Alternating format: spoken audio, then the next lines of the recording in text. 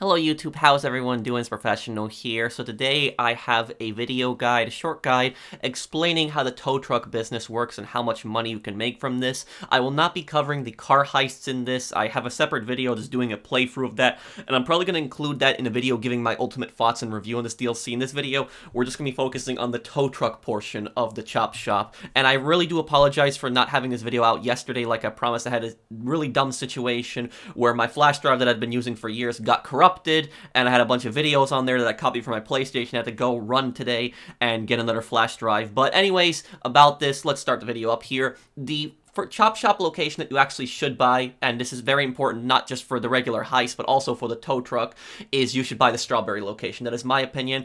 You can buy the La Mesa one if you want, but I would strongly suggest to buy the Strawberry one. The reason the Strawberry one is the ultimate best location is because the Strawberry one is located pretty much in the center, lower center of the city, and it's right near the highway. It's literally right near the highway. You can just get off the highway. It's right near the big roads at an intersection, and on top of that, whenever you spawn vehicles in here, they will either spawn right in front of the Chop Shop in the alleyway, or they will spawn on the street right in front of you, which is just like a few seconds of running, maybe like five seconds of running at max to get on the street from here. If you actually purchase the scrapyard is a really bad location for two reasons. The first one is you have a possible gang attack that actually spawns there. Now, I have actually not encountered the gang attack since the update came out, so I'm not sure if Rockstar removed it, but there is that possibility. But the main reason that you don't want the scrapyard is because it's just annoying to drive out of there, because you got to make a few turns, a lot of junk in the way, and on top of that, when you do spawn vehicles like, helicopters, cars, they spawn on the wall across, and then you have to, climb up a bunch of crap to get out. So just don't buy that location. I personally recommend the Strawberry location. So now that we've got that,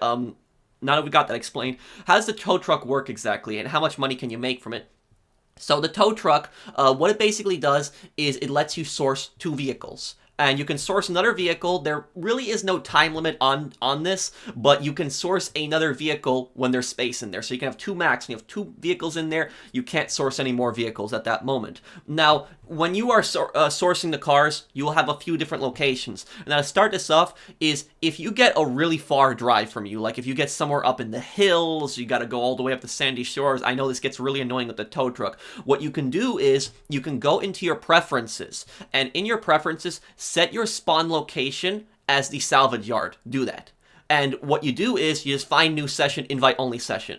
And this will spawn you right in the salvage yard, just a few seconds, and you just try again. And literally, like, more than half of the missions that I've started from the Strawberry location, it's like a mile or 2 miles max, most of the locations. I have not gotten that many far locations. So if you do get a far location, like, 3 miles here, all you gotta do is just find new session, you will spawn back into the salvage yard, try again, and chances are you'll get a much closer location, so you don't really have to make that drive. The only time I would recommend not to switch locations is if it's a better car, which we'll cover in a little bit, or if you have friends. You have friends in your session, in your CEO or your MC. Yeah, don't switch sessions because they're gonna get pissed because they have to follow you. Only if you're solo player and the drive is too far, just switch sessions. You can just do that. There really is no cooldown on that. So as long as the warehouse or the Chop Shop, as I'm saying, filled up, you can just try again, and chances are you'll probably get a better location.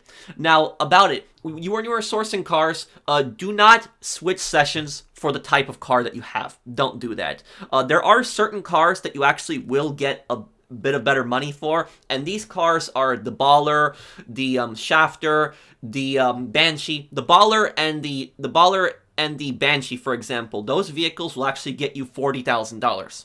They will get you $40,000. Now, most of these vehicles that I've seen are between the $30,000 to $40,000 range. That's what I've seen. I have not seen one vehicle below $30,000, but most vehicles is the $30,000 to $40,000 range. I know there are a few vehicles that can go above $40,000, but the vast majority of the vehicles can't. So I'm going to estimate that between $30,000 to $50,000 is the amount that you can get for these cars. Now, these cars, when you deliver it to the Chop Shop, that car will be salvaged in 48 minutes. 48 minutes exactly. So what I would recommend to do is that you can use a stopwatch, or you can just check your game. However, though, the message might be a little hard to notice sometimes. It's not that big, but 48 minutes. So right after you deliver that vehicle is a 48-minute cooldown. That vehicle will be salvaged, and you will get that money. You would also go straight into your cash, so it won't go into your bank.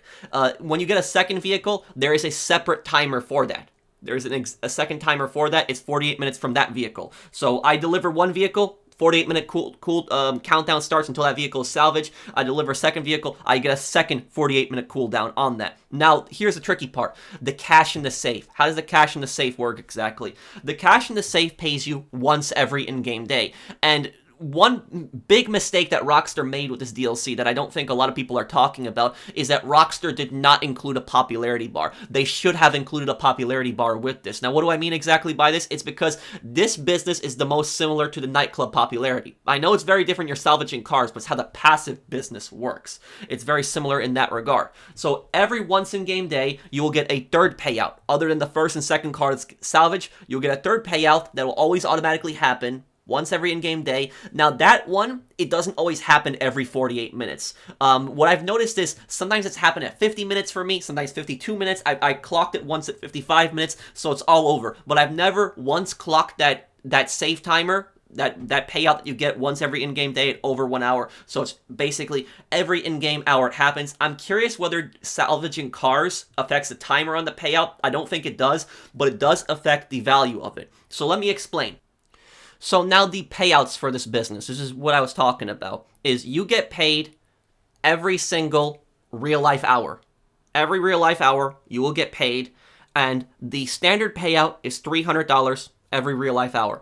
Now, I know most people are going to look at that and they're going to say, professional, that's junk, that's garbage, that payout is terrible. I agree. However, though, you can increase it. And this is exactly what I was talking about with the popularity, because Rockstar made a stupid mistake by not adding popularity. If anybody from Rockstar watches this video, please, I'm begging you, add a popularity bar to the Chop Shop so we can see exactly what the popularity on that is. Because the more cars that you source in a rapid succession, the higher that popularity be. You cannot see it, but it's there. So the more cars that you source in a shorter period of time, you will get more money. So $300 standard payout every real-life hour if you don't do anything. If you source one car, with the tow truck, you will get $7,200 every real-life hour. If you source two cars, you will get $12,000 every in-game hour. Now, here's the thing. When you have your car salvaged, so you have another spot in the bay, source another car immediately right when that car is salvaged. Because if you source another car immediately after that car is salvaged, before you get that daily payout, it will go to $19,200 every real-life hour. And then when you have the other cars salvaged, if you source your fourth car in a quick succession rate, like right after it's salvaged, then you will get $24,000 every real-life hour. And this depends on if you keep sourcing cars. If you keep sourcing cars after they're salvaged, you can keep up that $24,000 payout. So that's what I would recommend doing, is to just keep sourcing the cars, because this business is really easy.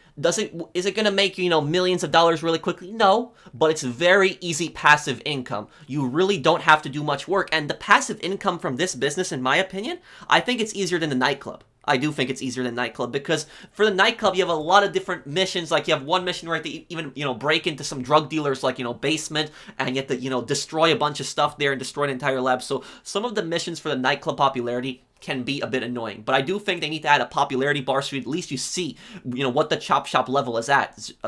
But all these missions, most of them, they're under 5 minutes. If you have that strawberry location, most of them you can do in under 5 minutes. I've even done 2 missions before in under 5 minutes. That's how quick they are. And most of the time you will not get attacked. A few times it does happen where you do get a 2-star 1 level, but that's at most. It's like you're not going to have helicopters chasing you. You're not going to have loads of gangsters chasing you. At most, it's going to be 2 stars, so it's just fairly easy. You don't really have to fire your gun. You don't got to waste ammo. You just drive from point A to point B, hook up the car, drive it back. That's it. They're fairly easy. And one other thing that I've got to comment on this is you can just smash these cars when you're driving them along the way, so that does not matter. As long as you don't blow up the car where it's just completely gone, you can, hit things, you can flip the car over, you can drop it, so numerous things, and you don't really got to worry about that because you're salvaging it ultimately for parts. That's ultimately what it's about. So, in my estimation, is you will be getting between $84,000 to $100,000 per hour if you keep up with the business. So again, is while you're running other businesses at the same time, this is where it's profitable. If you're doing other stuff, like, you got the arcade running already for some passive business, you got your agency, making money in the safe, you got the nightclub going, and now you got this. And then in the meantime, maybe you're, doing, heist preps. Maybe, you're running another business. So when you do have a vehicle salvaged from your tow truck business, from your chop shop, go and get another one. It's only a few minutes. It's not going to take you that long. It's just fairly simple, and it's fairly easy passive money. So that's at my estimation is between $84,000 to $100,000. If you just keep it up with it, if you just get the max amount of money, because $24,000 every real life hour plus, between $30,000 to $50,000 per each vehicle, and you're going to salvage 2 vehicles in an hour, then yeah, I would say it's somewhere between $84,000 to $100,000 per hour. It's still a good amount of money, and I do recommend that you guys do it. So if anybody else has any questions about this business, please let me know, because I've literally probably sourced like 50 cars at this point. I've just done so much car sourcing. So again, if you do have a far location on it, then just find a new session. Just find a new session. However, though, don't find new sessions for a car. If you're looking for a specific car, don't keep finding new sessions to find that car, because it's going to take too long, because there's just so many different kinds of cars.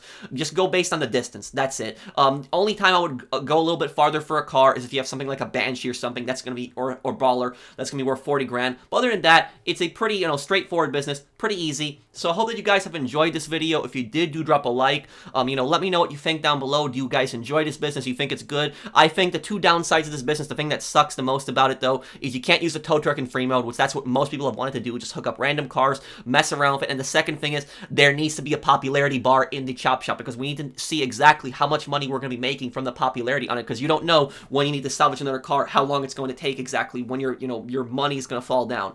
But that's pretty much it for this. If you guys enjoyed the video, do drop a like, and I'll see you guys on the next one. Take care, everyone. Have a wonderful day, guys.